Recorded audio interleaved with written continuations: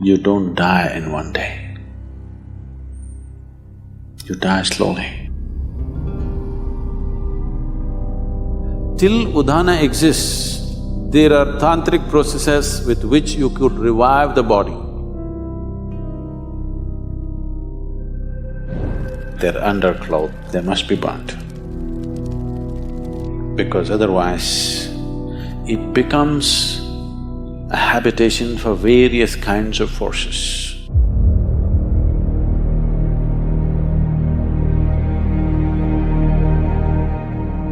Namaskaram Sadhguru. After my father died, I still have several of his clothes.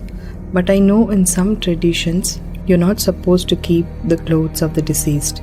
How should this be handled? When you were born, what's your birthday, Chin? 1st of August? Oh, close up. You were not born in one day, though you have a fixed birthday. It took 9.5 months for you to be born, isn't it? Similarly, when you die, you don't die in one day. You die slowly. If somebody is medically declared dead, he still doesn't die fully. I think we've spoken about this. The 5 pranas, they start withdrawing slowly, step by step. The physical life energy, which generally is referred to as pran or prana, has 5 basic manifestations. There are 10, but that'll complicate. The 5 basic manifestations. These are called samana, prana, udhana, apana and vyana. Let's say if a doctor is observing and they declare that person at a particular moment that he is dead now. In the next 21 to 24 minutes, samana will start exiting.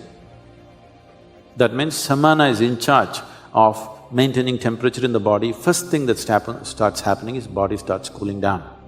The traditional way of checking whether somebody is dead or alive is they'll feel the nose. If the nose has gone cold, that's how they concluded that he's dead. They wouldn't check the eyeballs and other things, they would just check the nose. If nose has become cold, that means he's dead. So samana exits at that time. Somewhere between 48 to 64 minutes, prana exits. After that, between 6 to 12 hours, udhana exits. Till udhana exists, there are tantric processes with which you could revive the body. But once udhana exists, there is a micro chance, but that is an impractical chance, except that it is impossible to revive the body once udhana has exited. The next thing is apana, somewhere between 8 to 18 hours, this exits. The vyana, which is the preservative nature of prana, will start exiting from beyond that. It can continue to exit up to 11 to 14 days if it's a normal death. It happened one day, Shankaran Pillai was rummaging through the closet, and after some time, wife came and asked, "What are you doing?" He said, "No, nothing. I'm not doing anything, nothing." The wife said, "What are you saying, nothing, nothing? I've been watching you. Last half an hour, you're reading our marriage certificate. What's the matter?" Shankaran Pillai said, "I've been looking for the expiry date."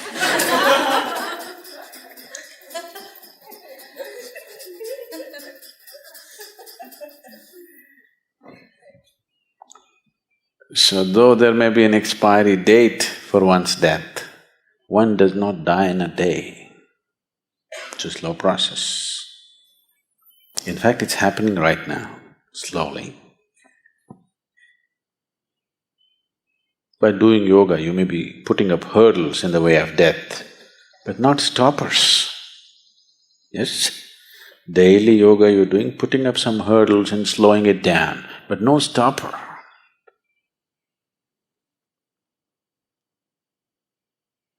So, today you know that from your old clothing, we can take your DNA. After you're gone, after 100 years later, we can clone you. Yes? Yes or no? You know? So who you are, at least the physicality of who you are, can be picked up from your clothes and we can remake you. At least someone who looks just like you. We can create the body. So you are still there all over the place. The yogis, when they die, they'll set fire to the hut in which they are living by themselves. There is a way to do it. Let me not tell you because I don't want you to set fire to the cottages here.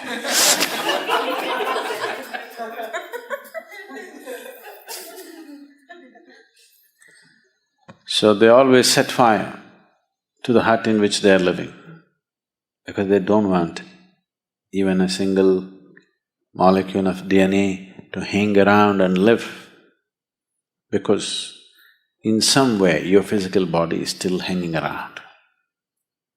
If they can recreate your body from that, obviously it's hanging around, isn't it? So everything that I have touched, you want to burn. Everything has to be cleared up. It's because of this. This is the one main reason why people want to keep their physical positions so minimal on the spiritual path. If you enter a sannyasi's room, you will see there'll be 3 pairs of clothes neatly folded and kept, just this thing to drink water, 1 plate to eat food, and just 1 single sheet to sleep upon, and that's it. No one extra item, because he does not want to touch too many things in the world. He wants to keep it to at most minimal, because he knows if he spreads his body all over the place, gathering it and going will be very difficult. That is why he does not form any physical relationships of any kind, because he understands if he leaves his body all over, when the time to gather comes, it's going to be extremely difficult. People who are off your body are unwilling to come with you when you want to go. They won't come. They'll all say, I love you, but they won't come.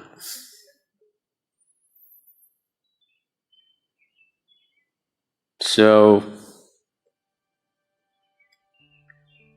when someone dies, depending upon who he is, accordingly these things must be handled. In today's world, when people have gathered enough clothing for 3 lifetimes, enough footwear for 10 lifetimes, burning all that would be sheer waste.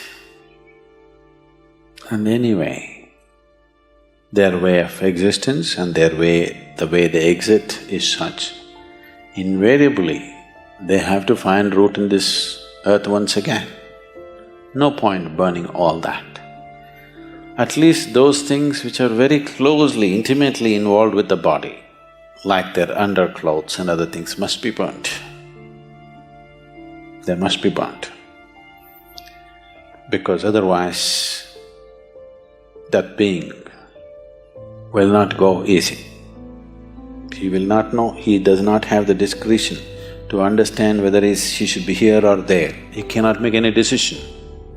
There's no decision-making capability because there's no discretion. Once the body is gone, the discretionary mind is gone. So there is no decision, only by tendency.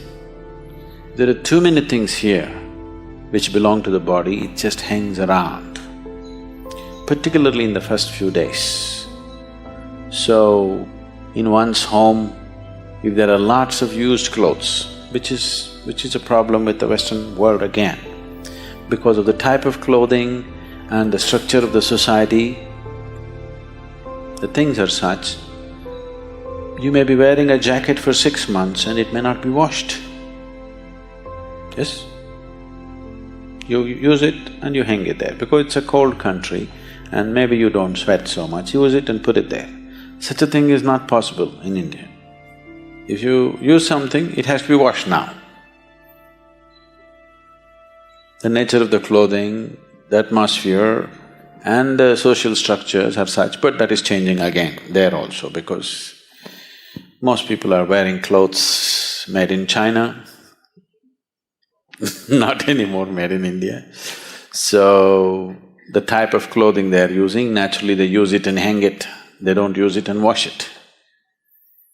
All these things were taken care of, every aspect was handled, but we are losing it in a big way. Because these clothes are repeatedly used and hung there, you can actually experiment.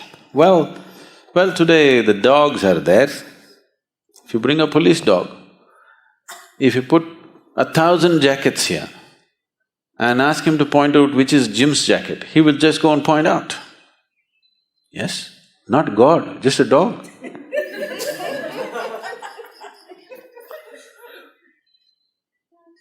So obviously, who you are is hanging there in the jacket in many ways, isn't it? That even a dog can see it. So, once it is like this, when a person has departed and his body is still hanging around in many forms, it becomes a habitation for various kinds of forces. Not only for that person's energies hanging around, for various other kinds of forces. Unoccupied body, your jacket is, in a way, which is not a good way to leave it.